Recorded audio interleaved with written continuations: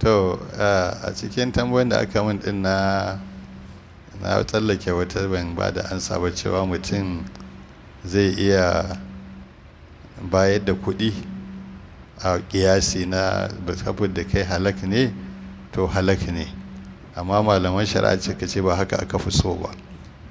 Abinda shari'a ta ayyana faɗa abinci, irin abincin da mutan garin suka fi ci, to shi ake fitarwa. In kaga an fidda kuɗi sai larura cewa ba abincin ko wanda za ka ba, amma kuɗin akwai wanda zai karba.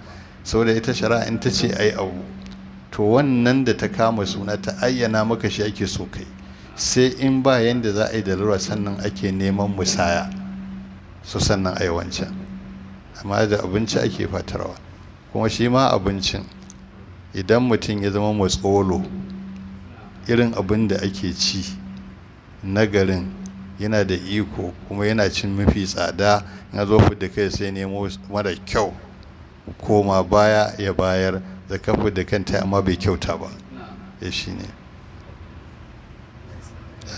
Amin.